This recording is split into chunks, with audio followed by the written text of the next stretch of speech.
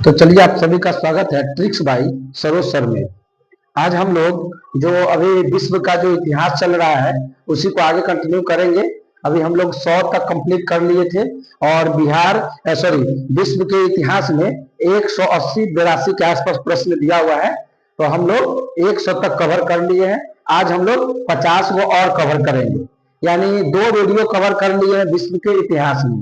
पहला वीडियो में 1 से 50 तक कवर किए हैं और दूसरा वीडियो में 50 से 100 तक कवर किए हैं। और कौन से बुक से कवर कर रहे हैं? तो यही बुक है किरण प्रकाशन का। इसी बुक से हम अभी डिस्कशन करवा रहे हैं, क्योंकि अभी बिहार पुलिस के एग्जाम सामने है और उसी एग्जाम को टारगेट करते हुए और आपका तैयारी करवाया जा रहा है। लेकिन जो बच्चे बिहार पुलिस के अलावा किसी अन्य एग्जाम की तैयारी कर रहे हैं, चाहे वो बिहार एसएससी का तैयारी कर रहा हो, चाहे वो रेलवे ग्रुप डी का तैयारी कर रहा हो, या एनटीपीसी का तैयारी कर रहा हो, या एसएससी जीडी का तैयारी कर रहा हो, या कोई बैंक का तैयारी कर रहा हो, किसी भी अन्य एग्जाम की तैयारी कर रहे हैं, तो आपके लिए भी ये सीरीज है। ये कहने के लिए बिहार पुलिस है, बिहार पुलिस सामने है, इसलिए हम बिहार पुलिस बोल रहे हैं। बिहार पुलिस के अलावा हर एग्जाम में आपको फायदा पहुंचाने वाला है, ठीक है। तो जो बिहार पुलिस के अलावा स्टूडेंट होगा, ये नहीं सोचना कि मेरे लिए ये क्वेश्चन जरूरी नहीं है। आप सबके लिए क्वेश्चन जरूरी है। आप ईमानदारी से पढ़िए, आपका जीके जीएस में कोई दिक्कत आने वाला नहीं है। अगर खास करके आप बिहार पुलिस के स्टूडेंट हैं तो आपके लिए तो रामबाण सीरीज चल रहा है। कारण क्या है कि 1 महीना बचा हुआ है और 1 महीना में आप कुछ भी नहीं कर पाएंगे, थ्योरी नहीं पढ़ पाएंगे, तो आपको क्वेश्चन आंसर करना पड़ेगा और घर पे सेट प्रैक्टिस करना पड़ेगा, है ना। उसका डिस्कशन हम करवा रहे हैं। तो प्राचीन इतिहास इस बुक से समाप्त हो गया है, मध्यकालीन इतिहास समाप्त हो गया है, मॉडर्न हिस्ट्री क्लास में पढ़ा दिए हैं, पॉलिटी क्लास में पढ़ा दिए हैं। उसके बाद विश्व भारत का भूगोल, विश्व का भूगोल, ये सब हो गया है। अभी विश्व का इतिहास सेशन चल रहा है। साइंस में फिजिक्स में कवर करा दिए 100 तक ले, केमिस्ट्री में 100-150 करा दिए हैं, बायो में 225 तक करा दिए हैं।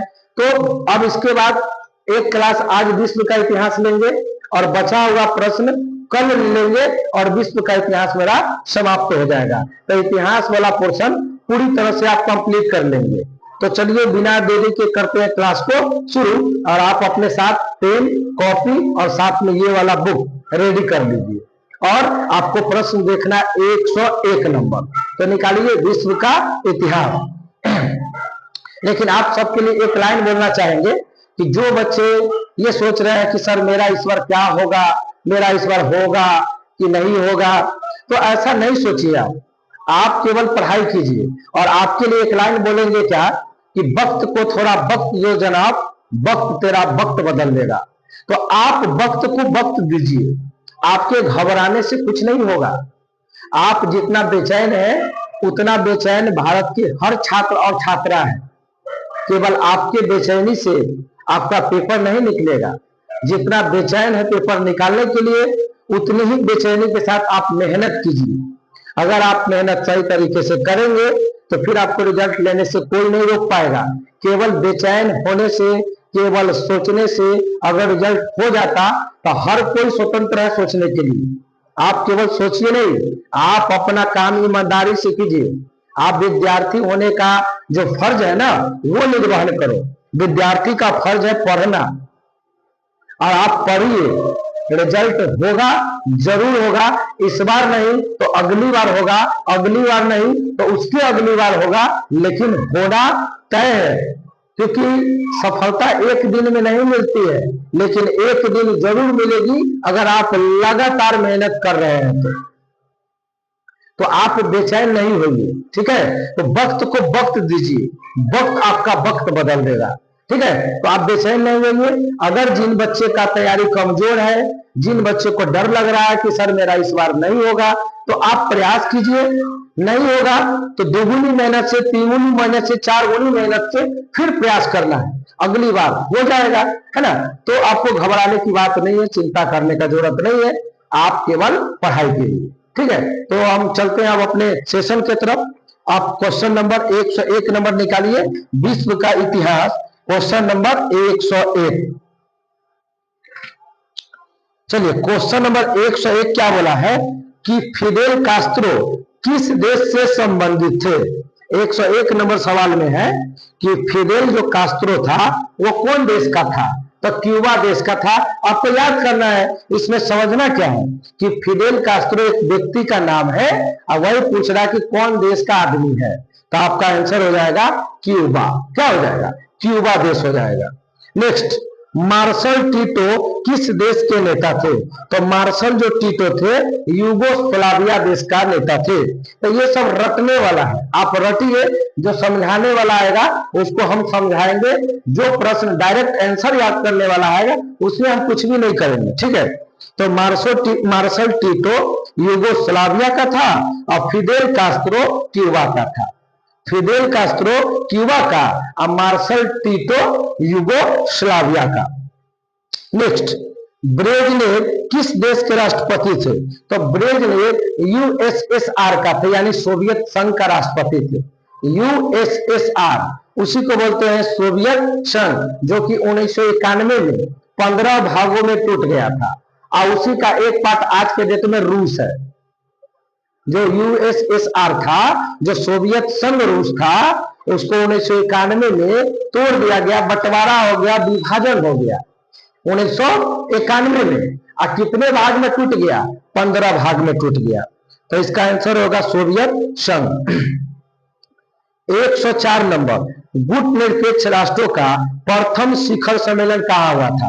तो गुट निरपेक्ष आंदोलन को ही बोलते हैं नेम, गुट निरपेक्ष आंदोलन। तो गुट निरपेक्ष आंदोलन को बोलते हैं NAM। एन का मतलब होता है नॉन, ए मतलब होता है अलायंस, एम का मतलब होता है मूवमेंट। नॉन अलायंस मूवमेंट होता है, नॉन अलायंस मूवमेंट, गुट निरपेक्ष आंदोलन। और इसकी स्थापना 1961 में हुआ था। गुट निरपेक्ष आंदोलन की स्थापना कब हुआ था? 1961 में। और इसका जो हेडक्वार्टर है वो ब्रुसेल्स में है, ब्रुसेल्स में हो जाएगा इसका हेडक्वार्टर। और गुट निरपेक्ष का जब स्थापना हुआ था तो उस समय हमारे देश के प्रधानमंत्री आपको क्या थे? जवाहरलाल नेहरू थे। गुट निरपेक्ष आंदोलन का मतलब होता है कि एक ऐसा गुट जो किसी देश के साथ हम नहीं रहेंगे। जैसे मान लो कि दो देशों में युद्ध होगा, तो होगा ना कि आप मेरे तरफ से लड़िए, आप मेरे तरफ से लड़िए, तो ऐसा नहीं होता। ये न्यूट्रल देश होता है, ये किसी देश का हिस्सा नहीं होता है। इनके लिए सारे लोग दुश्मन है और सारे लोग दोस्त है। तो भारत भी इसी का मेंबर है।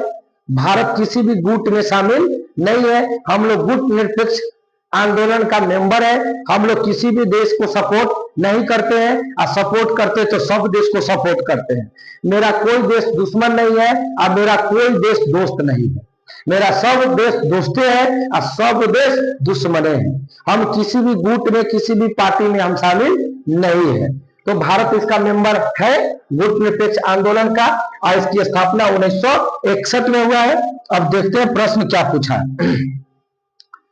सॉरी, बेलग्रेड हो जाएगा, ब्रुसेल्स नहीं होगा, सॉरी बेलग्रेड हो जाएगा, बेलग्रेड हो जाएगा। तो इसका आंसर मार दीजिएगा 104 बेलग्रेड, 1961 बेलग्रेड। चलिए 105 नंबर, सोवियत संघ का है तो यूएसएसआर। 105 पढ़िए, सोवियत संघ का है तो यूएसएसआर। संघ में पेरेस्ट्रोइका और गलासनोस्त की नीति की शुरुआत किसने किया था? कौन किया था बताइए? तो मिखाइल गोर्बाचेव किया था, मिखाइल गोर्बाचेव किया था। इसको याद कर लीजिए। 106, निम्नलिखित में कौन सा देश है जो सोवियत संघ का उत्तराधिकारी है? तो सोवियत संघ का उत्तराधिकारी कौन है बताइए? सोवियत संघ का उत्तराधिकारी इसमें से कौन सा है? तो सोवियत संघ का जो उत्तराधिकारी है वो, एक मिनट रुक जाइए,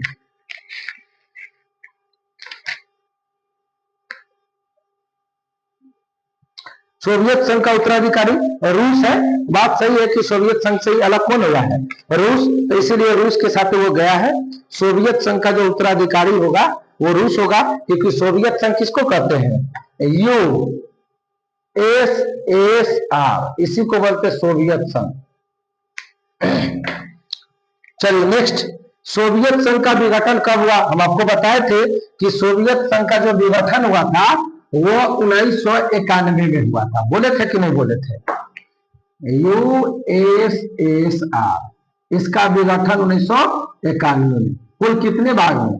तो 15 देश बना था, 15 भागों में बट गया था, 15 भागों में बट गया था। उसी का एक हिस्सा कौन है? रूस है। चलिए नेक्स्ट, बराक ओबामा किस दल से थे? तो बराक ओबामा डेमोक्रेटिक पार्टी से थे। बराक ओबामा अमेरिका के राष्ट्रपति रहे हुए हैं। अमेरिका के राष्ट्रपति कौन थे? ये जो अमेरिका है, अमेरिका, इसकी राजधानी है वाशिंगटन, वाशिंगटन डीसी है। अमेरिका की राजधानी क्या है? वाशिंगटन डीसी है। और अमेरिका के जो पहले राष्ट्रपति थे, अमेरिका के पहले राष्ट्रपति कौन थे? तो जॉर्ज वाशिंगटन थे, जॉर्ज वाशिंगटन। और इसी में से 16वां राष्ट्रपति कौन थे? तो वो थे अब्राहम लिंकन। अब्राहम लिंकन ने कहा था कि जनता का जनता के लिए, जनता के द्वारा शासन है, अब्राहम लिंकन कहा था। और जो बराक ओबामा है, बराक ओबामा, बराक जो ओबामा है, ये भी अमेरिका के राष्ट्रपति थे, लेकिन डेमोक्रेटिक पार्टी से, डेमोक्रेटिक।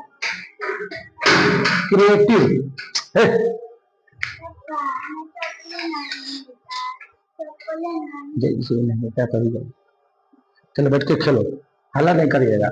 डेमोक्रेटिक पार्टी, और डेमोक्रेटिक पार्टी का जो चुनाव चिन्ह गधा छाप है, गधा छाप, डेमोक्रेटिक पार्टी। बराक ओबामा कौन पार्टी? डेमोक्रेटिक पार्टी से था, और चुनाव चिन्ह गधा छाप है, गधा। उसके बाद एगो रिपब्लिकन पार्टी, एगो रिपब्लिकन, रिपब्लिकन, रिपब्लिकन, रिपब्लिक, रिप आधा ब होगा, रिपब्लिक पार्टी। रिपब्लिक पार्टी का जो चुनाव चिन्ह है वो हाथी छाप है। और ये भी अमेरिका की पार्टी है। और इस पार्टी का जो नेता है वो हो जाएगा, ये कौन? ये हो जाएगा, अरे डोनाल्ड ट्रंप, डोनाल्ड ट्रंप। अभी वर्तमान में डोनाल्ड ट्रंप है वहां का क्या पति? अभी वर्तमान में अमेरिका के राष्ट्रपति यही है, डोनाल्ड ट्रंप। अभी वर्तमान में अमेरिका के राष्ट्रपति यही है। अभी वर्तमान में अमेरिका के राष्ट्रपति डोनाल्ड ट्रंप है। रिपब्लिक पार्टी है, हाथी छाप है। और डेमोक्रेटिक पार्टी का गधा छाप बराक ओबामा। तो अमेरिका के बारे में इतना ध्यान में रखिएगा। अमेरिका का स्वतंत्रता दिवस कब मनाते हैं? स्वतंत्रता,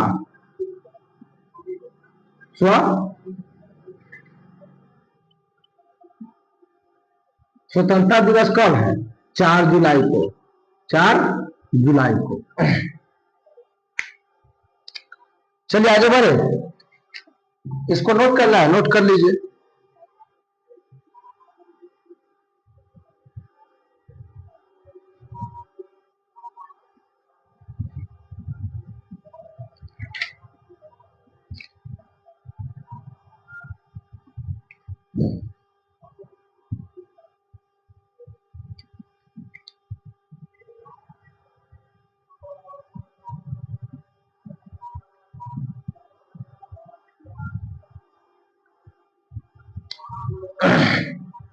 चलिए आगे बढ़े।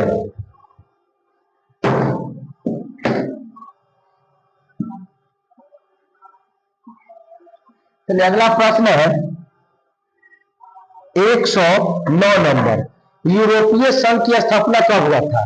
यूरोपीय संघ, यूरोपीय संघ ऐसे हिंदी में लिख देते हैं। यूरोपीय संघ की स्थापना 1993 में हुआ था। यूरोपीय संघ की स्थापना कब हुआ था? यूरोपियन यूनियन होता है, इसको इंग्लिश में कहते हैं you you you you European union, European union, European union. ये G20 का मेंबर है यूरोपियन यूनियन। G20 है ना, G20 जिसमें 20 गो देश है। अरे G20 पर आए हैं, G20 इसमें 19 गो देश है, अब प्लस एगो यूरोपियन यूनियन है। अब तो G20 ना है, अब तो G21 हो गया है। क्यों? क्योंकि एक और यूनियन शामिल हो गया, अफ्रीकन यूनियन, AU। तो अब कई गो देश हो गया? 19 गो। एगो यूरोपियन यूनियन तो पहले से था, एगो शामिल हो गया अफ्रीकन यूनियन, एगो अफ्रीकन यूनियन। तो एगो G20 है जिसमें 21 गो देश है। अब G20 ना है, अब G21 है, G21 हो गया है। तो 19 गो देश है, एगो यूरोपियन यूनियन है। यूरोपियन यूनियन में कुल मिला के 27 गो देश है। क्या वो देश है? यूरोपियन यूनियन क्या? एक संगठन है, देशों का समूह, जिसमें कई गो देश है? 27 गो देशों का यूनिटी है यूरोपियन संघ में। यूरोपियन संघ में जितने भी देश है, जितने भी 27 के 27 देश है, इस सब का मुद्रा, इसमें जो जो देश शामिल है ना, उसका मुद्रा है यूरो। यूरोपीय संघ का मुद्रा क्या है? यूरो। यूरो। जैसे यूरोपीय संघ में 27 गो देश है, तो 27 गो देश का जो मुद्रा होगा वो यूरो होगा। यानी ये यूनियन खुद डिसाइड कर लिया है कि मेरे समूह में जो देश शामिल होगा उसका मुद्रा यूरो रहेगा। तो यूरो है। तो ये परीक्षा में आता है कि यूरोपियन यूनियन की मुद्रा क्या है, तो कहिएगा यूरो। कई गो देश है? 27 गो देश है। इसकी स्थापना कब हुआ? 1993 में हुआ। यूरोपियन यूनियन किसका मेंबर है? तो G20 का भी मेंबर है। यानी यूरोपियन यूनियन का मतलब हुआ शामिल है, का मतलब 27 गो देश है, तो 27 गो देश शामिल है ना। चलिए, तो इसका आंसर मानिए आप 109 नंबर है ना, 109। तो ऑप्शन है 1988, 1990, 1992 और 1994। ऑप्शन में 1993 दिल ही नहीं, 1993 ऑप्शन में दिया ही नहीं हुआ है। तब मजबूरी में किसके साथ जाएंगे? 1994 के साथ। हालांकि हुआ कौन? 1993 में, लेकिन ऑप्शन में है ये नहीं है, तो अब मजबूरन किसके साथ जाएंगे? 1994 के साथ जाएंगे मजबूरन। न तो ऐसे रियल में कितना है? 1993 है, नोट कर लीजिए। कोई पूछेगा तो आप 1993 बोलना है, लेकिन एग्जाम में आया हुआ है 93 है ये नहीं है, इनमें से कोई नहीं भी ऑप्शन नहीं है, तो मजबूरी में 1994 के साथ जाएंगे। चलिए अगला 110, स्वतंत्रता, समानता और बंधुत्व। ये फ्रांसीसी क्रांति का देन है। स्वतंत्रता, समानता और बंधुत्व। स्वतंत्रता, समानता और बंधुत्व। स्वतंत्रता,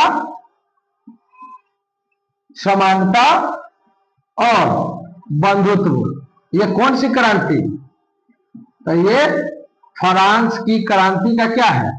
देन है। और फ्रांस की क्रांति 1789 को हुआ था, और डेट है 14 जुलाई। 14 जुलाई, तो नोट कर लीजिए, 14 जुलाई फ्रांस की क्रांति। फ्रांस की क्रांति 14 जुलाई 1789 को स्वतंत्रता, समानता, बंधुत्व की बात करता है फ्रांस की क्रांति। नेक्स्ट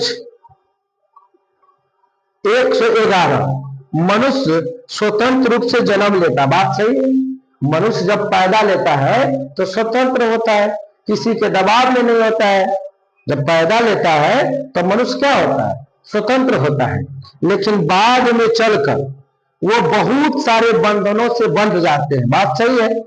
जब पैदा लेता है इंसान तो वो उसके कोई टेंशन नहीं होता है, लेकिन जैसे जैसे जैसे जैसे सियाना होता है, जिम्मेदारियां बढ़ती है, तो बहुत सारा बंधन, बहुत सारा उलझन उनका साथ आ जाता है ना। तो ये कौन बोला था, इन्होंने कौन कहा था ये बात? तो हॉब्स, लॉक, रूसो, मिल। तो हॉब्स कहा था। कौन कहा था? हॉब्स। कौन कहा था? हॉब्स कहा था। हॉब्स क्या कहा था कि जब इंसान पैदा लेता है तो स्वतंत्र होता है, लेकिन बाद में बहुत सारे बंधनों में वो बंध जाते हैं। आपका शादी हो जाता है, विवाह हो जाता है, बहुत सारा बच्चे हो जाते हैं, बहुत सारा मतलब बच्चे नहीं, मतलब बच्चे हो जाते हैं, है ना। ये सब पारिवारिक जिम्मेदारी, सामाजिक जिम्मेदारी, है ना, बहुत सारी जिम्मेदारियां बढ़ेगा। तो ये किनका कहना था? हॉब्स का कहना था। किनका? हॉब्स का कहना था। नोट कर लीजिए।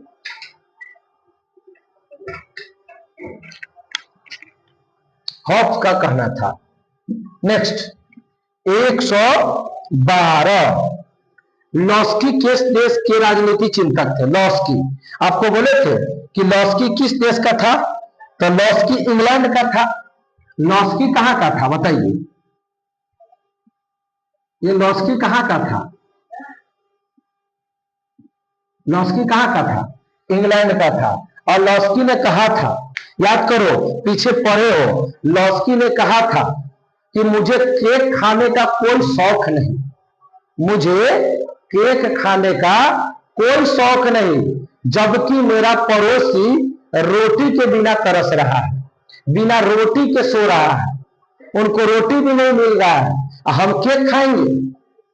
ये लॉस्की का कथन है कि मुझे केक खाने का कोई शौक नहीं, जबकि मेरा पड़ोसी को रोटी तक नहीं है। ये कथन किनका है? लॉस्की का है। नेक्स्ट 113, आप 113 में वह सवाल है, देखो, मुझे केक खाने का कोई अधिकार नहीं जब मेरे पड़ोसी बिना रोटी के गुजारा कर रहा है। वही लॉस्की कहा था। 113 का 3। चलिए आगे 114, किसने कहा कि न्याय शक्तिशाली का हित है? किसने कहा कि न्याय शक्तिशाली का हित है? टी.एच. ग्रीन, प्लेटो, अरस्तु, ये है थ्रेसीमेकस। तो थोड़ा इसको हमको देखना पड़ेगा। 114 का 4, थ्रेसीमेकस, किसने कहा कि न्याय शक्तिशाली का हित है? न्याय शक्तिशाली का हित है। थ्रेसीमेकस ने कहा था। 115, राजनीति शास्त्र का जनक कौन है? तो ये तो अरस्तु हो जाएंगे। राजनीति शास्त्र यानी पॉलिटी, तो पॉलिटी का जनक है अरस्तु।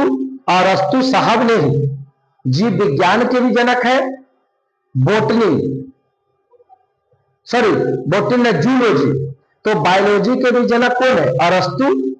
जूलॉजी के भी जनक कौन है? अरस्तु। और पॉलिटी, राजनीति विज्ञान के भी जनक कौन है? अरस्तु। आगे बढ़ते हैं। प्रत्यक्ष प्रजातंत्र कहां पाया जाता है? यानी डायरेक्ट लोकतंत्र का डायरेक्ट लोकतंत्र आपका पड़ेगा स्विट्जरलैंड में। कहां पे?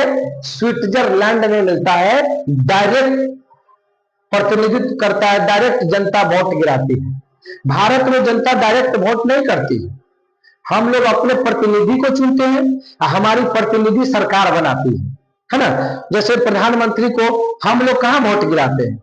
हम लोग सांसद बनाते हैं, और बहुत सारे सांसद मिलकर एक प्रधानमंत्री चुनते हैं, है ना, और उनको शपथ दिलवाने का काम करते हैं राष्ट्रपति जी।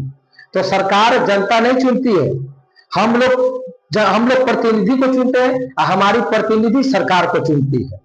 तो अप्रत्यक्ष है। भारत में क्या है? अप्रत्यक्ष है। इंग्लैंड में अप्रत्यक्ष है, लेकिन स्विट्जरलैंड में जनता डायरेक्ट सेलेक्ट करती है।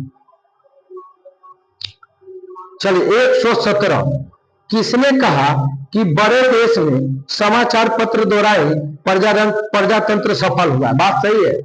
मतलब एक आदमी का कहना था कि कोई भी देश तरक्की तभी करेगा जब वहां की मीडिया अच्छा अच्छा चीजों को दिखाएगा। हमारे यहाँ का मीडिया पतली कमरिया हाय है दिखाता है, कहीं रील्स कहीं कुछ वायरल हो गया वो दिखाएगा, कहीं रेप हो गया वो दिखवाएगा, है ना। गलत गलत चीज को प्रमोट करता है हमारी देश की मीडिया। वैसा चीज जो दिखाया नहीं जाना चाहिए उसको भी दिखाता है, ये गलत है।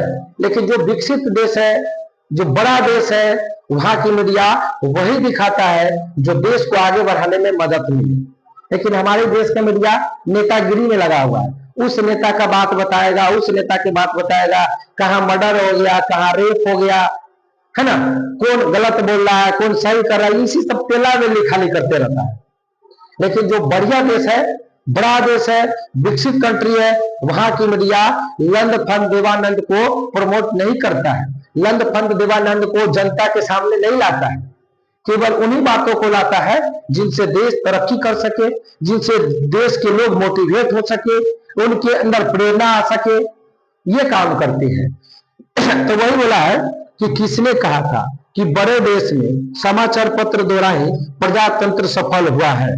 तो वो कहा था कौन? तो वो कहा था शायद ब्राइस होना चाहिए, 117, हाँ ब्राइस, ब्राइस ने कहा था ये बात कि किसी भी देश को तरक्की कराना है तो वहां की मीडिया अच्छा चीज दिखाए तभी तरक्की करेगा देश। 118, किसने कहा कि दबाव समूह अज्ञात साम्राज्य है। अब ये सब डायरेक्ट कथन होता हुआ, आप इसको रटना पड़ेगा, समझने लायक कुछ भी नहीं है यहाँ पे, है ना। किसने कहा कि दबाव समूह अज्ञात है, दबाव समूह अज्ञात है, इसका आंसर देख के मार लो, ठीक, फाइनल हो जाएगा, फाइनल। चलिए 119 नंबर से, किस देश में अलिखित संविधान है? तो इंग्लैंड में। इंग्लैंड में क्या है? अलिखित संविधान है, वहां इंग्लैंड का कोई संविधान लिखित नहीं है। तो लिखिएगा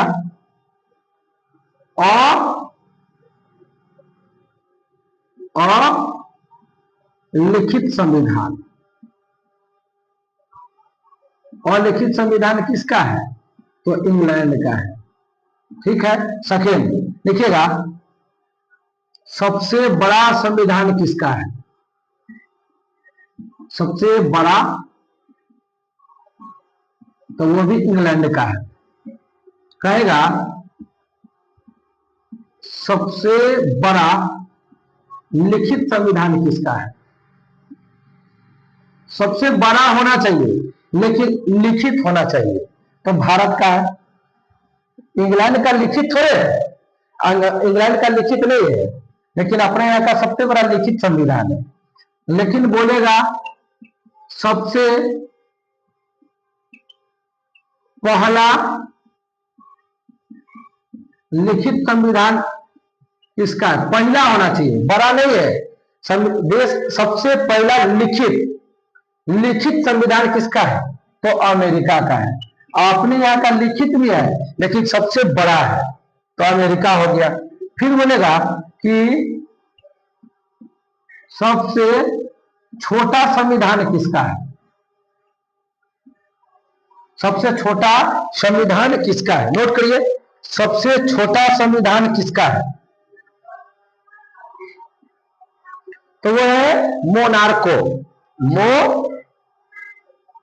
मोनार्को मोनार्को मोनार्को। तो मोनार्को देश का संविधान सबसे छोटा है। मोनार्को देशों का संविधान सबसे छोटा है, लेकिन सबसे बड़ा संविधान इंग्लैंड का है। सबसे बड़ा संविधान इंग्लैंड का और सबसे छोटा संविधान मोनार्को का, लेकिन सबसे बड़ा लिखित संविधान भारत का है। लेकिन सबसे पहला लिखित संविधान अमेरिका का है।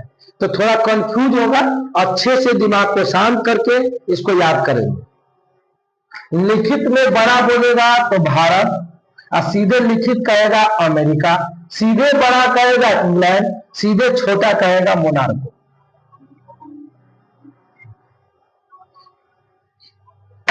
चलिए आगे बढ़ते हैं।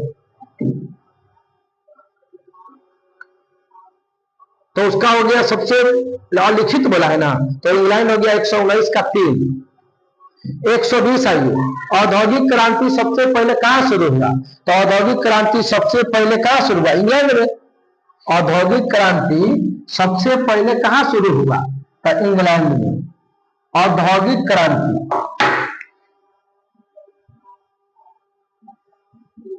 ये जो औद्योगिक क्रांति है ये सबसे पहले कहां हुआ?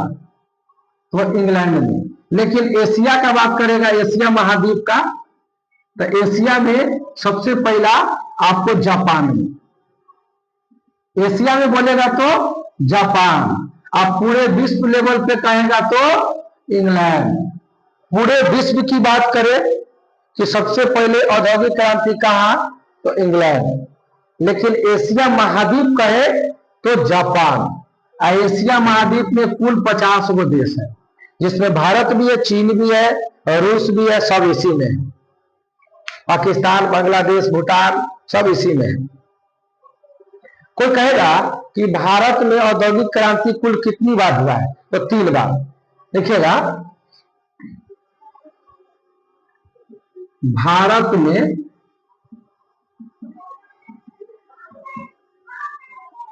औद्योगिक क्रांति कुल कितनी बार? 3 बार। यानी आजादी के बाद पहली बार 1948, आजादी के बाद पहली बार 1948, दूसरी बार 1956, तीसरी बार 1991। एक बार 1948, एक बार 1956, एक बार 1991। और 1991 में आया था LPG, उदारीकरण, निजीकरण, वैश्वीकरण। अब मनमोहन सिंह का सरकार था। किसका सरकार था? मनमोहन सिंह का सरकार था। तो 1948 में पहली बार, 1956 में दूसरी बार, 1991 में तीसरी बार। नोट करिए।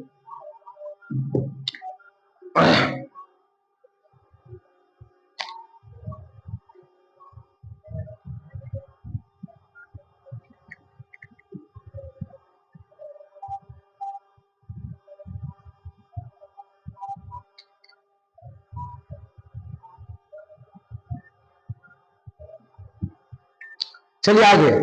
121 जनसंख्या समस्या के संदर्भ में, जनसंख्या यानी पॉपुलेशन, जनसंख्या समस्या के संदर्भ में किस विद्वान ने अपना सिद्धांत प्रतिपादित किया है? जनसंख्या समस्या, जनसंख्या क्या है? समस्या है। तो इसके सिद्धांत के संदर्भ में कौन विद्वान है जो अपना सिद्धांत दिया था? तो वो दिए थे माल्थस। 121 का 2, 121 का 2, 121 का 2 हो जाएगा। 122 न्यायिक पुनरावलोकन प्रणाली कहां से हुआ था? तो न्यायिक पुनरावलोकन संयुक्त राज्य अमेरिका से। न्यायिक पुनरावलोकन संयुक्त राज्य अमेरिका। अगला, इंग्लैंड ने अमेरिका पर स्टैंप एक्ट कब लागू किया था? तो इंग्लैंड ने अमेरिका पर स्टैंप एक्ट लगाया था। देखो, इंग्लैंड अमेरिका पे कब्जा करके रखा था, क्योंकि इंग्लैंड भारत पे भी कब्जा किया था, इंग्लैंड अमेरिका पर भी कब्जा किया था। तो अमेरिका के बहुत सारे प्रोडक्ट पे उन्होंने क्या कर दिया? टैक्स लगा दिया। कौन? इंग्लैंड लगा दिया। तो उसी में एक स्टैंप एक्ट भी था, 1765 में लगाया था। आगे बढ़िए। 124 निम्नलिखित में से कौन सा एक उपनिवेशवाद के उदय का अत्यधिक उपयुक्त कारण है? उपनिवेशवाद का, तो उपनिवेशवाद का उपयुक्त कारण सामंतवाद हो जाएगा। कौन आएगा? सामंतवाद। 125 किसने कहा कि राज्य व्यक्ति का पूर्वगामी है? राज्य व्यक्ति का क्या है? पूर्वगामी है। किसने कहा कि राज्य जो है ना वो व्यक्ति का पूर्वगामी है? वो कहा था शायद गार्नर ने कहा था। 125 का 1 अरस्तु। बहुत अच्छा लाइन में लिख लीजिए अरस्तु साहब का। अरस्तु ने क्या कहा? अरस्तु ने क्या कहा कि राज्य व्यक्ति का, जो राज्य होता है ना वो व्यक्ति का पूर्वगामी है। पूर्वगामी कौन कहा था? अरस्तु कहा था। नोट कर लीजिए, राज्य व्यक्ति का पूर्वगामी है। 126 मेसोपोटामिया बोला है। देखो, भारत का, पूरे विश्व का, भारत का नहीं, पूरे विश्व का सबसे बड़ा सभ्यता मेसोपोटामिया की सभ्यता है। ये पूरे विश्व का सबसे बड़ा सभ्यता कौन है? मेसोपोटामिया, मेसोपोटामिया की सभ्यता है। देखो, यहां दो नदी था, एक नदी था दजला, एक नदी था फरात। एक का नाम था दजला और एक का नाम था फरात। ये नदी है, ये क्या है? नदी है। ये भी क्या है? नदी है। तो एक नदी का नाम है दजला, एक का नाम है दजला और एक का नाम है फरात।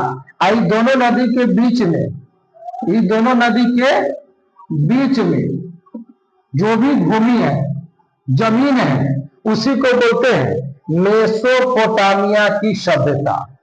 तो दो नदी के बीच की भूमि को मेसोपोटामिया की सभ्यता कहते हैं। और दो नदी को, तो एक का नाम था दजला, एक का नाम था फरात। तो देखिए कहां ऑप्शन है? पहला ही ऑप्शन है, दजला फरात नदी के बीच की उपजाऊ धरती, मेसोपोटामिया। 126 नोट करो।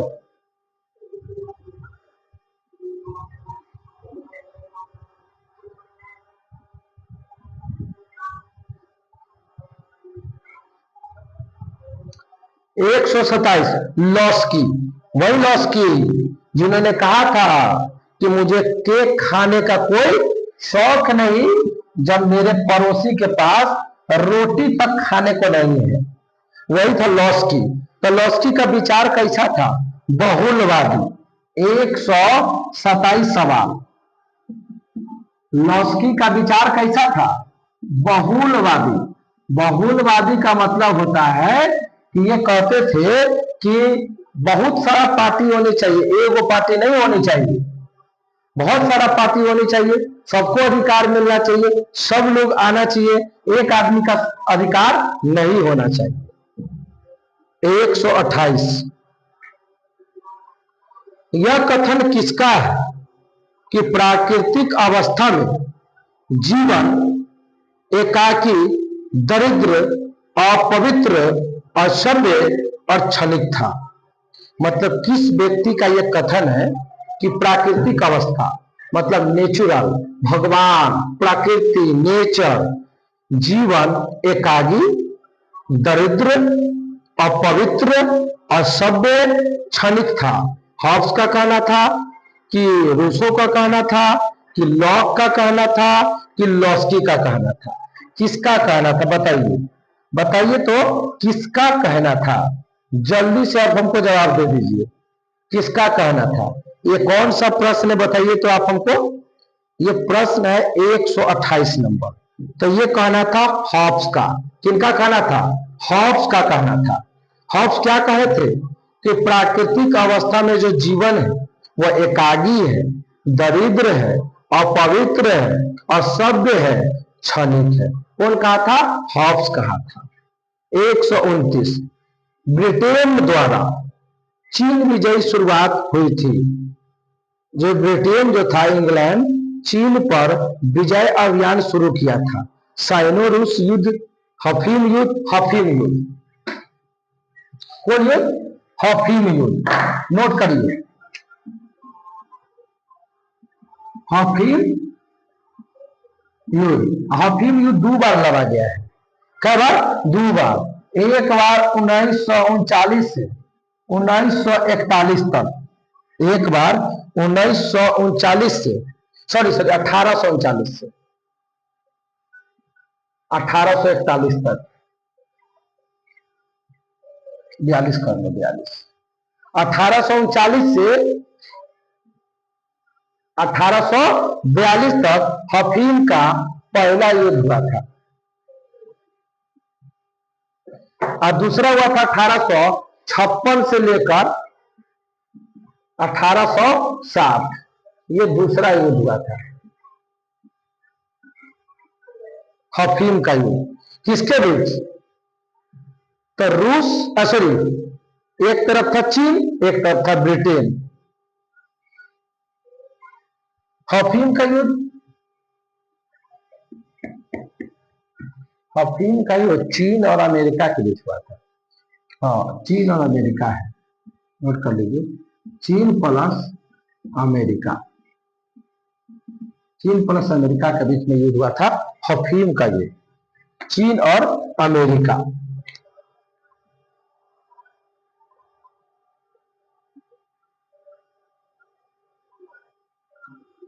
तो ब्रिटेन द्वारा,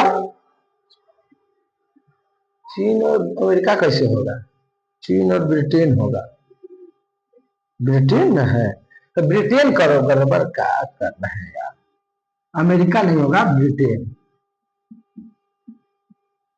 ब्रिटेन करो। चलिए आगे बढ़ते हैं। ट्यूनिफॉर्म शब्दावली का संबंध बताइए। तो ट्यूनिफॉर्म शब्दावली का संबंध वही मेसोपोटामिया से था, मेसोपोटामिया से था, मेसोपोटामिया।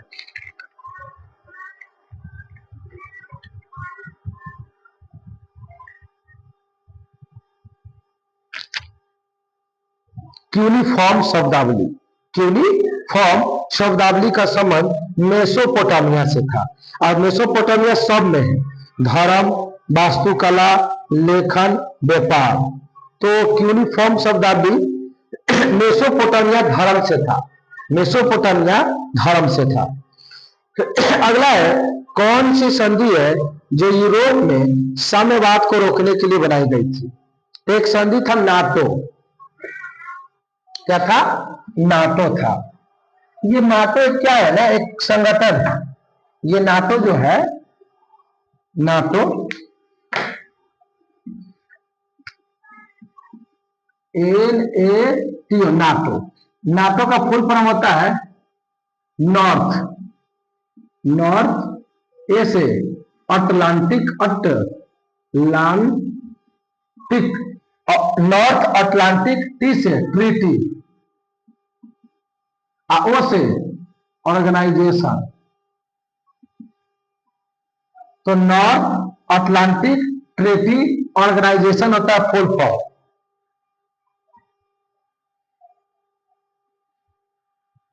नाटो, और नाटो का जो स्थापना हुआ था वह 1949 में हुआ था। नाटो का स्थापना कब हुआ था? 1949। और जब स्थापना हुआ था नाटो, तो इसमें 30 गो देश था। इसमें क्या गो देश था? 30 गो देश था इसमें।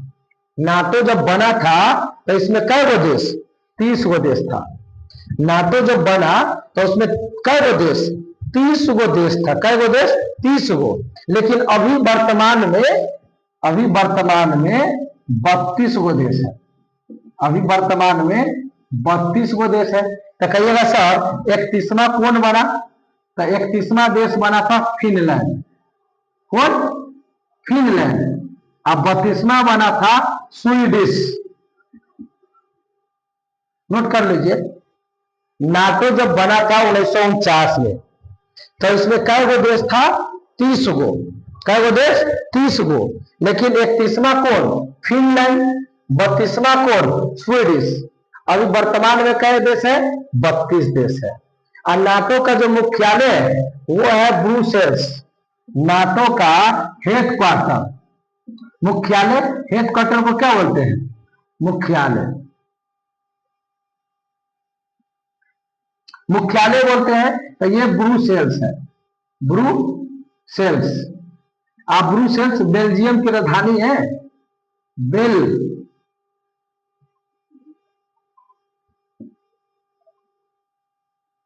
बेल्जियम देश की राजधानी ब्रुसेल्स, वहीं पे है नाटो का हेडक्वार्टर, मुख्यालय। ये नाटो क्यों बना जानते हैं? आपको कहानी समझाते 2 मिनट। देखिए, आपको मालूम है कि 1939 में दूसरा विश्व युद्ध हुआ था, और ये युद्ध चला था 1945 तक, यानी पूरे 6 साल युद्ध चला। द्वितीय विश्व युद्ध कितना साल चला? 1939 से 1945 तक दूसरा विश्व युद्ध चला। यानी 6 साल चला। जब युद्ध खत्म हुआ तो अमेरिका को लगा कि भविष्य में कभी तीसरा विश्व युद्ध भी हो सकता है, तो ऐसा करते हैं, क्योंकि जब युद्ध खत्म हुआ ना तो जितने भी लोग युद्ध में शामिल थे उनका आर्थिक स्थिति खराब हो गया था। कारण क्या है कि युद्ध जब होता है तो बहुत सारा सेना मर जाता है, बहुत सारा बम गोली यूज किया जाता है, बहुत सारा पैसा बर्बाद होता है। तो देश का जो इकोनॉमिक पावर होता है, जो देश का जो अर्थव्यवस्था होता है, वो क्या हो जाता है, कमजोर हो जाता है, खराब हो जाता है। तो हुआ क्या कि 1939 के बाद लगभग सब देशों का हालत एकदम क्या हो गया था, खराब हो गया था। तो हुआ क्या कि अमेरिका के कहने पर एक यूनिटी, एक पार्टी बनाया गया और उसमें बहुत सारे देश को शामिल कर लिया गया। लगभग कितने देश, 30 देश को शामिल कर लिया गया। और ये 30 देशों ने ये निर्णय लिया कि आज के बाद अगर इस 30 गो देश, जो देश इसमें शामिल है, जो 30 गो देश इसमें शामिल है, उस 30 गो देश में किसी भी एक देश पे कोई भी देश हमला करता है, नाटो में कुल कई गो देश है, 30 गो देश है। 30 देश में से किसी भी एक देश पे अगर कोई देश हमला करता है तो यह माना जाएगा कि नाटो पे हमला हुआ है। और फिर क्या करेंगे कि हम 30 देश मिलकर उस देश पे हमला कर देंगे, जो देश मेरे पे हमला करेगा। यानी इस 30 देश के अलावा कोई अन्य देश इस 30 देश में से किसी भी एक देश पे अटैक करेगा तो ये माना जाएगा कि मेरे नाटो संगठन पे हमला हुआ है। और नाटो के सारा देश, 30 के 30 देश एक साथ मिलकर उस देश पे अटैक कर देगा। तो कुल मिला के ये सारे देश अपने आप को मजबूत बनाने के लिए ये संगठन बनाया जिसका नाम है नाटो, है ना। और नाटो में अपना भारत शामिल नहीं है। यही नाटो है जिस नाटो में जो यूक्रेन है वो मिलना चाहता था। कारण क्या है कि जब यूएसएसआर यानी सोवियत संघ रूस 1991 में जब बटा था, जब यूएसएसआर 1991 में 15 भाग में जब डिवाइड हुआ था तो उसमें एक रूस भी था और एक यूक्रेन भी था। तो चूंकि रूस मानता है कि यूक्रेन मेरा पार्ट है, कभी हमारे साथ रहा करता था, आज जब बंटवारा हो गया है और नाटो में रूस भी शामिल नहीं है, जो 30 गो देश है इसमें रूस भी शामिल नहीं है, तो रूस नाटो के खिलाफ रहता है एनी टाइम। क्योंकि 30 देशों को रूस अपना दुश्मन मानता है और नाटो के 30 देश रूस को अपना दुश्मन मानता है। और चूंकि रूस का ही पार्ट था कभी ना कभी यूक्रेन, तो यूक्रेन इसमें मिलना चाहता था नाटो में। तो नाटो वाला के पास गया यूक्रेन और यूक्रेन बोला कि नाटो को कि आप हमें अपने समूह में शामिल कर लीजिए, क्योंकि रूस हमें तबाह करता है। क्योंकि यूक्रेन छोटा देश है और रूस बड़ा देश है, तो बड़ा देश छोटा देश को तबाह करता है। तो परेशान कर रहा था यूक्रेन को कौन, रूस तबाह कर रहा था। तो अपने मजबूती के लिए यूक्रेन नाटो में शामिल होना चाहता था और रूस कहता था नाटो इसको, यूक्रेन को, कि तुम नाटो में शामिल नहीं होगा, अगर तुम नाटो में शामिल हुआ तो हम तुम्हारे पे अटैक कर देंगे। अब हुआ क्या कि यूक्रेन आया नाटो के पास, नाटो को बोला आप हमें मिला लीजिए, नाटो ने बोला ठीक है मिला लेंगे। इस बात का पता चला रूस को कि यूक्रेन नाटो में मिलने जा रहा है। रूस ने नाटो को कहा कि तुम नाटो में नहीं मिलोगे, यूक्रेन का हम मिलेंगे, तो रूस का हम तुम पे अटैक करेंगे। और उसी बीच रूस ने यूक्रेन पे क्या कर दिया, अटैक कर दिया। और रूस और यूक्रेन के बीच कितना लंबा तक युद्ध चला और फाइनली यूक्रेन नाटो का मेंबर बन भी नहीं पाया। नाटो यूक्रेन को अपना मेंबर नहीं बनाया और नाटो के कहने के कारण रूस ने यूक्रेन को तबाह कर दिया, बर्बाद कर दिया और आज यूक्रेन नाटो का मेंबर नहीं है। सोचो कि यूक्रेन नाटो को कहा मिलाने के लिए, फिर भी नहीं मिलाया। और नाटो वाला आज भारत को बोलते रहता है कि आप मेरे में मिल जाइए। भारत बोलने नहीं जाता है नाटो को कि तू मेरे को मिला लो। नाटो खुद आता है भारत के पास और बोलता है कि भारत वाले को कि भारत आप मेरे में मिल जाइए, ताकि हमें और पावरफुल हो जाए और शक्तिशाली हो जाए। तो सोचिए, एक भारत नाटो खुद बोलता है मिलने के लिए, तो नहीं मिलते हैं हम लोग। यूक्रेन बोलने में या मिला लो, फिर भी नहीं मिलाता है। तो ये भारत का पावर है। भारत किसी भी गुट में शामिल होना नहीं चाहता है। भारत अपने आप पे भरोसा करता है, वो किसी के साथ का मोहताज नहीं है। भारत अकेला आया है, अकेला लड़ेगा दुनिया के देशों से। तो हम सब भारतीय एक रहेंगे, हम सब भारतीय अपने देश को तरक्की की तरफ लेके जाएंगे, भारत को मजबूती देंगे, भारत में भाईचारा लेके आएंगे, जाति प्रथा धर्म से अलग रहेंगे और भारत को मजबूत बनाएंगे, है ना। तो ये था नाटो। नाटो में अभी 30 देश था जब बना था, लेकिन अभी 32 देश है। न भारत मेंबर है, न रूस मेंबर है ना। तो 31वां देश फिनलैंड बना था और 32वां देश स्वीडिश बना था। तो इसको आप नाटो को थोड़ा समझिएगा, कभी और समझाएंगे हम। अभी फिलहाल इतना समझिए, टाइम ज्यादा खींच लिया आपको नाटो समझाने में। हम आगे बढ़ते हैं। 132 नंबर, इसको नोट करना है तो कर लो।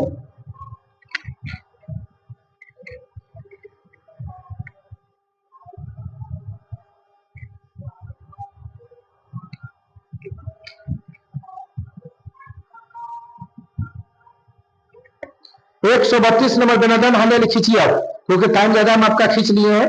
अगला 132 है, कौन यूनानी कवि है। तो यूनानी कवि होमर है। यूनानी कवि कौन है? होमर। याद करना है, यूनानी कवि कौन है? होमर है। अगला, कौन बहुलवादी है? कौन बहुलवादी है? तो Lindsay Maitland. Lindsay Maitland, option number 4, 133 का 4। चलिए आगे बढ़ते हैं। 134, निम्नलिखित में कौन सा यूरोप में सामंतवाद का उदय का प्रमुख कारण है? सामंतवाद का प्रमुख कारण क्या है? तो रोमन साम्राज्य के पतन के बाद बर्बर राज्यों की स्थापना। 134 का 2 नंबर। 135, किस यूरोपीय जाति को इंडोनेशिया में प्रभुत्व जमाने में सफलता मिला था? तो डच को। किसको? डच को मिला था। 136, किस घटना में अमेरिका को द्वितीय विश्व युद्ध में शामिल कर लिया था?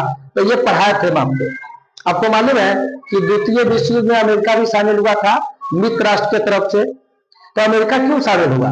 क्योंकि जापान में अमेरिका का एक जगह था पर्ल हार्बर। जापान में अमेरिका का एक संगठन था पर्ल हार्बर। जब द्वितीय विश्व युद्ध हुआ तो जापान पर्ल हार्बर पे क्या कर दिया? आक्रमण कर दिया। इसी गुस्सा से अमेरिका युद्ध में कूद गया और मित्र राष्ट्र की तरफ से लड़ने लगा। तो इसका आंसर होगा पर्ल हार्बर पर जापानी सैनिक हमला कर दिया था 1941 में। 137, गुट निरपेक्ष बोला है। तो गुट निरपेक्ष बोले ना 1961 बेलग्रेड। बेलग्रेड सर्बिया की राजधानी है। अरे बेलग्रेड किसकी राजधानी है? सर्बिया। ये जो गुट निरपेक्ष आंदोलन बोले थे ना, गुट निरपेक्ष आंदोलन, इसी को ना बोलते हैं नेम नॉन अलायंस मूवमेंट। इसकी स्थापना 1961 बेलग्रेड। बेलग्रेड, अब बेलग्रेड सर्बिया देश की राजधानी है। बेलग्रेड सर्बिया देश की राजधानी है। बेलग्रेड सर्बिया देश की राजधानी है। इसका मेंबर भारत है। नेक्स्ट है कतर। कतर की राजधानी, कतर की मुद्रा रियाल। कतर का भी मुद्रा रियाल है। सऊदी अरब का भी मुद्रा रियाल है। ये सब पढ़ाए हम आपको। आगे बढ़ते हैं। फ्रांस की मुद्रा। तो फ्रांस की मुद्रा क्या है? तो फ्रांस की मुद्रा आपका हो जाएगा फ्रैंक हो जाएगा, फ्रैंक। एक बार चेक करते हैं। 139 का 3, 139 का 1 दिया है। यूरो। तो फ्रांस की मुद्रा यूरो। यूरो कितना है बताइए? यूनियन एक और बताए थे ना। अब यूरोपियन यूनियन, यूरो किसका मेंबर है? यूरो किसका मुद्रा है? यूरोपियन यूनियन, यूरोपियन जिसने बोलते यू यू आई में कई गो देश? 27 गो देश। इसका मुद्रा क्या है? यूरो। इसका मेंबर फ्रांस है। इसका मेंबर यानी 27 गो देश में वो फ्रांस भी है, इसीलिए फ्रांस की मुद्रा क्या हो गया? यूरो हो गया। फ्रांस की मुद्रा यूरो। अब फ्रांस की राजधानी पेरिस, फ्रांस की राजधानी पेरिस, क्योंकि यूरोपियन यूनियन का मेंबर फ्रांस है। इस यूनियन में जितना भी देश है सबका मुद्रा क्या है? यूरो। तो फ्रांसो का मुद्रा क्या होगा? यूरो हो जाएगा। हिरोशिमा नागासाकी पर बम कौन गिराया था? तो अमेरिका गिराया था। आपको मालूम है कि हिरोशिमा और नागासाकी जापान का शहर है। 9 अगस्त और 6 अगस्त, पहले 6 अगस्त को हिरोशिमा पर और 9 अगस्त को नागासाकी पर, 6 अगस्त को हिरोशिमा पर लिटिल बॉय और 9 अगस्त नागासाकी पर फैटमैन गिराया गया था अमेरिका के द्वारा। एन जापान की मुद्रा है। 141 का पहला एन किसका मुद्रा है? जापान का। आइए 142, चीन के कौन शासक था? कुबलाई खां। चीन के वो शासक था कुबलाई खां के राज दरबार में वैभव का उल्लेख किसने किया था? तो मार्को पोलो।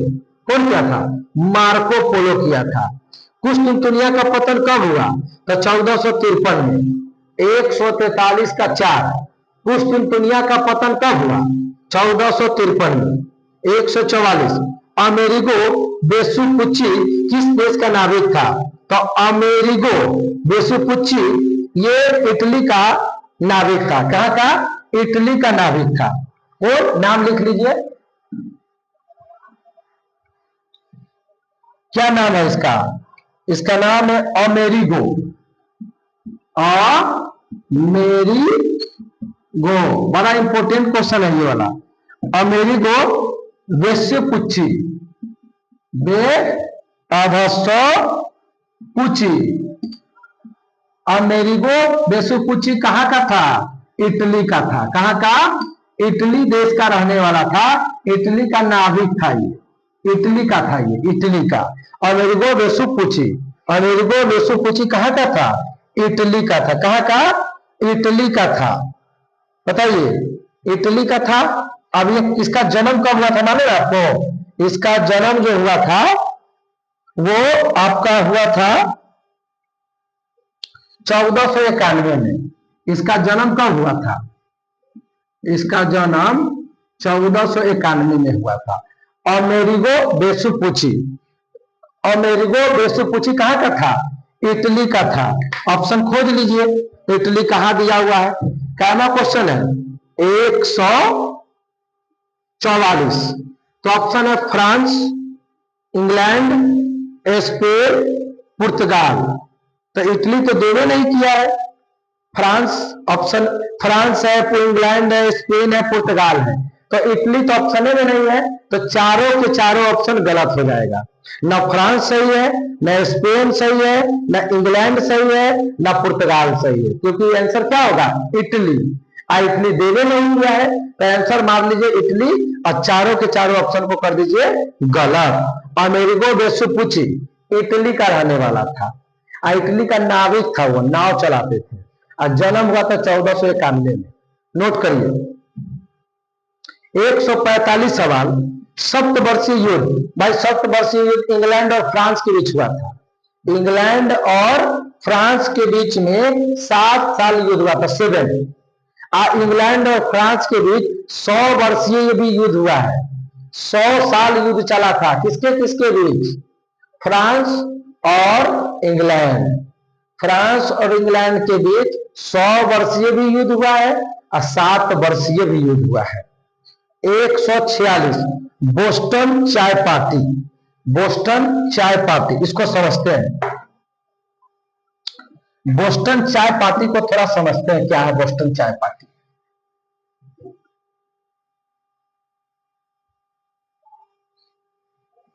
बोस्टन चाय पार्टी को थोड़ा सा समझते हैं। पहले तो ये बताइए कि बोस्टन चाय पार्टी हुआ कब था। ये जो बोस्टन चाय पार्टी है ये हुआ था 1776 में। पहला पॉइंट तो नोट करिए, 1776 में। और डेट के साथ याद करिएगा तो 16 दिसंबर कर लीजिए, 16 दिसंबर 1776। बोस्टन टी पार्टी, बोस्टन चाय पार्टी या उसी को टी पार्टी कहते हैं, बोस्टन टी पार्टी। देखिए ये हुआ क्या, ये इंग्लैंड है, ये क्या है इंग्लैंड, ये क्या है अमेरिका, ये क्या है अमेरिका। तो देखो इंग्लैंड है ना, अमेरिका के चाय पर टैक्स लगा दिया। इंग्लैंड अमेरिका के चाय पर टैक्स लगा दिया। कौन लगा दिया? इंग्लैंड। कौन देश पर लगा दिया? अमेरिका पर। किस चीज पे? चाय पे। अब हुआ क्या कि इंग्लैंड का अपना चाय लेके आ रहा था यहां बेचने के लिए। इंग्लैंड अपना चाय लेके आ रहा था इनके यहां बेचने के लिए। तो यहाँ अमेरिका के बहुत सारे लोग एक बंदरगाह पे इनका चाय का गाड़ी जो था वो आके लगता है। चाय का गाड़ी आया इंग्लैंड का, वो जगह बता देते हैं, बोस्टन नामक जगह था। इंग्लैंड की तरफ से जो चाय आ रहा था वो बोस्टन जगह है, बोस्टन बंदरगाह है, बंदरगाह था, बोस्टन बंदरगाह था। देखो इंग्लैंड अपना चाय लेकर बोस्टन बंदरगाह पे जैसे पहुंचा तो अमेरिका के कुछ लोगों ने, अमेरिका के लोगों ने इस पे आक्रमण कर दिया। इंग्लैंड का चाय बोस्टन बंदरगाह पे जैसे आया अमेरिका के लोगों ने अटैक कर दिया और इस बोस्टन बंदरगाह को लूट लिया। मतलब बोस्टन जो चाय था उसका वो लूट लिया, इनके चाय को क्या कर लिया? लूट लिया। कौन लूट लिया? अमेरिका के लोग। और वहीं पर पार्टी कर दिया चाय का। चाय का कुछ कर दिया? पार्टी कर दिया। इसी को बोलते हैं बोस्टन चाय पार्टी, बोस्टन चाय पार्टी। नोट कर लीजिए।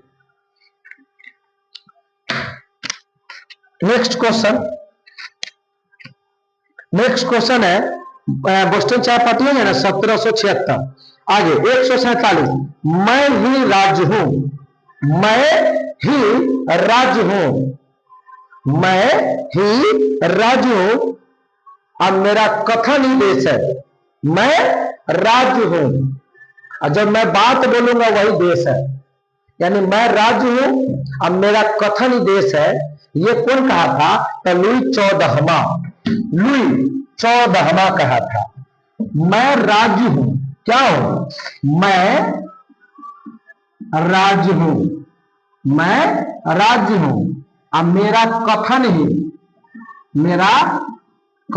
देश है, मेरा कथन ही देश है। ये कहने वाले लुई 14वां। कभी कभी 14 ऐसे लिखेगा और कभी कभी रोमन में 14 लिखेगा, तो XI4 तो ऐसे भी लिख देगा लुई 14वां। लुई 14वां ने कहा था कि मैं राज्य हूं अब मेरा कथन ही देश है। चलिए ऑप्शन खोजिए। 147 सवाल, मैं ही राज्य हूं, यह कथन किसका है? लुई 16वां ऑप्शन दिया हुआ है, लुई 16वां नहीं होगा, लुई 14वां होगा। इसका आंसर गलत है। 147 का आंसर लुई 14वां करिए। लुई 14वां कर लो, 147 का आंसर क्या है? गलत दिया हुआ है। कार्य